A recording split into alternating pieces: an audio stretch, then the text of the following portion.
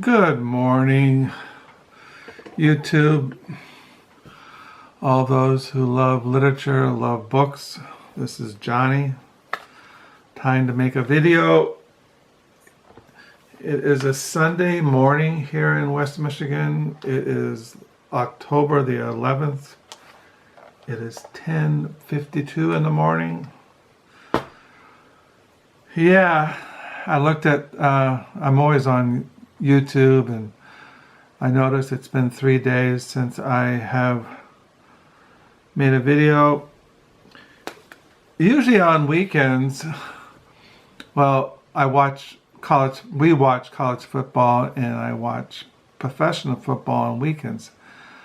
And I do always have a book near me, even when I'm watching football. But this morning I am finishing reading the 5th book of Moses, called Deuteronomy. I'm finishing that this morning, and then after Deuteronomy we go into the book of Joshua. And the book of Joshua. So, read Joshua next. I was reading Joshua, I think, a couple of months ago in that Reformation commentary series. I keep meaning to bring that up out of the lower level. I'll probably do that this week. So I'm reading Deuteronomy in the mornings, and I've been reading this in the mornings for Deuteronomy.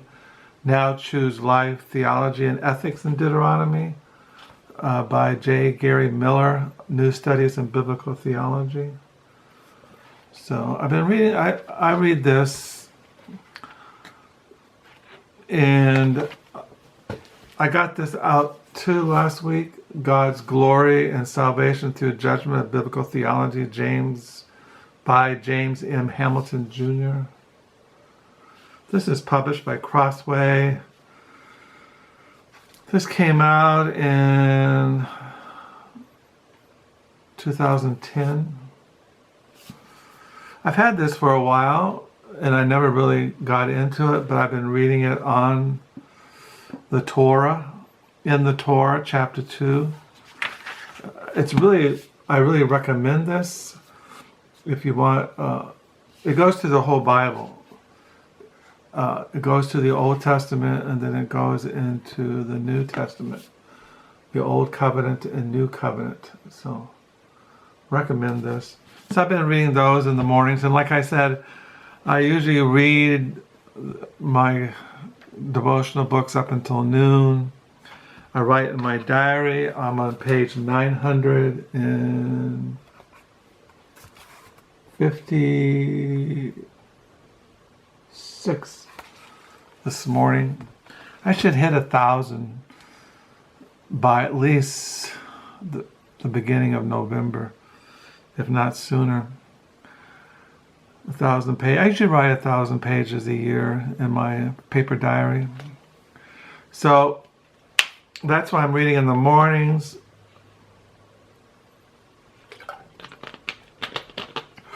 Yesterday, I did leave the house and visit local thrift stores, just Bibles for Mexico, and then I visited Action House. Action House is like a thrift store, but it's a ministry to the community, those who need furniture, clothing, and food. They distribute it to those who in need, and they sell things in their store to raise money for that ministry. I didn't find anything at Action House, which is just down the street from where we live. But I went to Bibles to Mexico, which is about 2 blocks over. And as you all know, I collect Bibles. I haven't shown it a Bible in a way. I think I collect Bibles. My wife always says we have too many Bibles. But I love the Bible, and I found a Bible, and I collect these. I have 2 more of this same kind of Bible down the lower level, and it's this thing. They're called New Standard Reference Bible. This was published in 1951, and what they are like, it's like a family Bible But see, and see, it's called the Holy Bible. It's called the New Standard Alphabetical Index Bible, Holy Bible, Authorized, or King James Version. As you all know, my favorite version of the Bible is the King James. Now, the one I have here by me, this thing here, is a New King James. It's a King James, but it's more, it doesn't take the thee and the thous. And some of the 17th century Puritan language is kind of modernized. But I've been using, it's good to have one Bible that you're familiar with when you want to look up something, because as you read this, you get familiar with it and where things are at. So that's why I have like tape on it.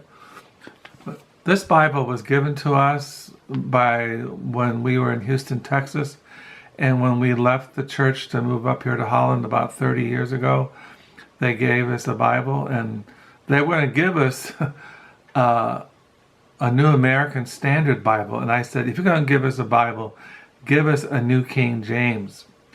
And so they gave us a New King James.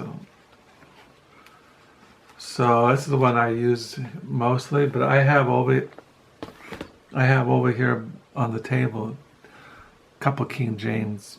But this is a King James. It's called a School and Library Reference Edition, containing the Old and New Testaments, translated out of the original tongues and with all former translations diligently compared and revised.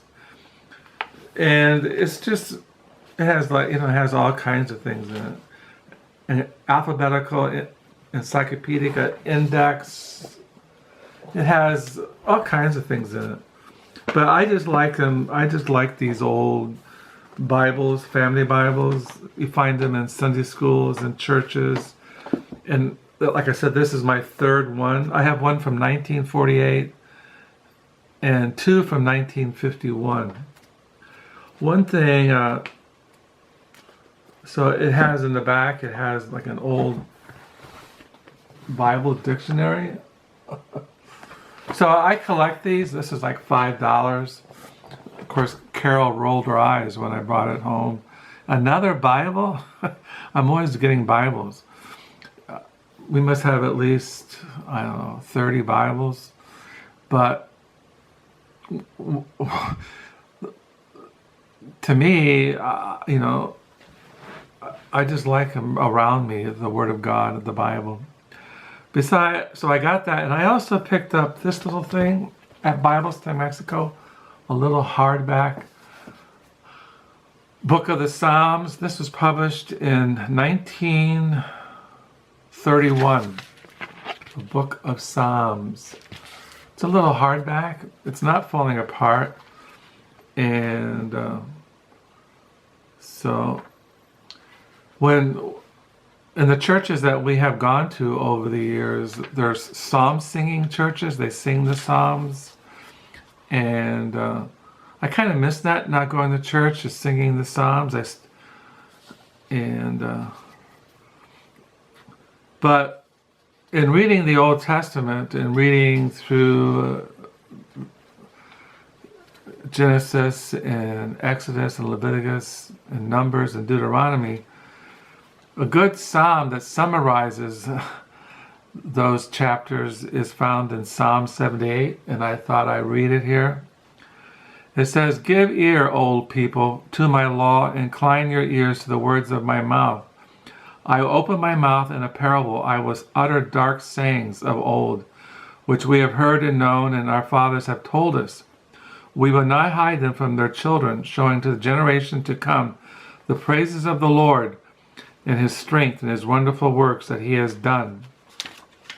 For he established a testimony in Jacob and appointed a law in Israel, which he commanded our fathers, that they should make them known to their children, that the generation to come might know them, even the children which should be born, who would arise and declare them to their children, that they might set their hope in God and not forget the works of God, but keep his commandments.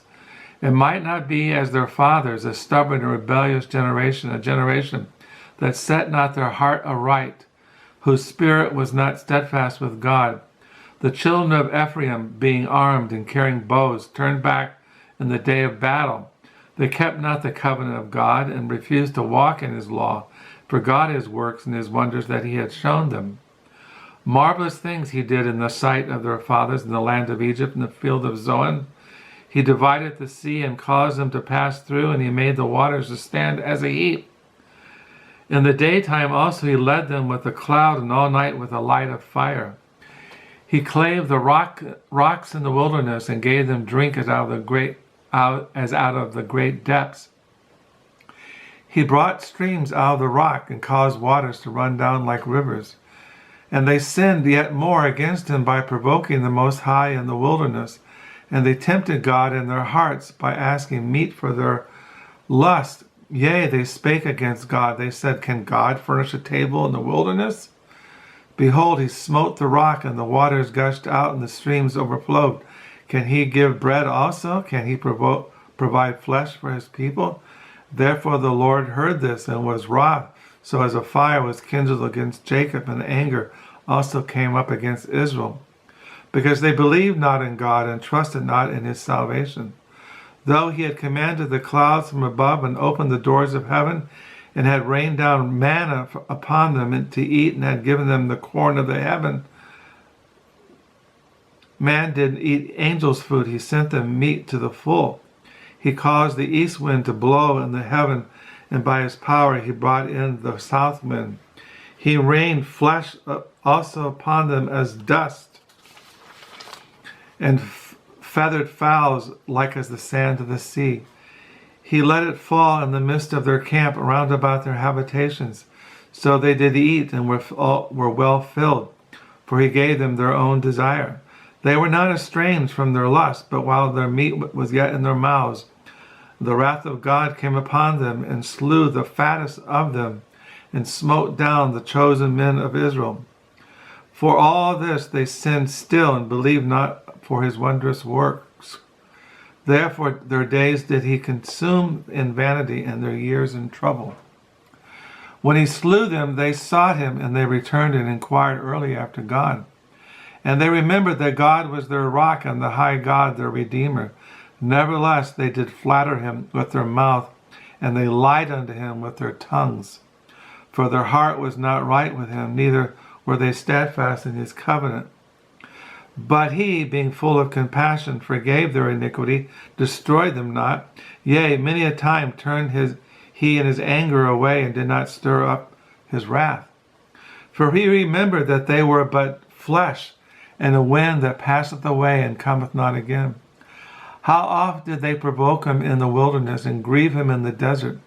Yea, they turned back and tempted God, and limited the Holy One of Israel. They remembered not his hand, nor the day when he delivered them from the enemy. How he had wrought his signs in Egypt, and his wonders in the field of Zoan, and had turned their rivers into blood, and their floods that they could not drink. He sent divers sorts of flies among them, and which devoured them, and frogs which destroyed them. He gave also their increase unto the caterpillar, and their labor unto the locust. He destroyed their vines with hail, and their sycamore trees with frost. He gave up their cattle also to the hail, and their flocks to hot thunderbolts. He cast upon them the fierceness of his anger, wrath, and indignation and trouble, by sending evil angels among them.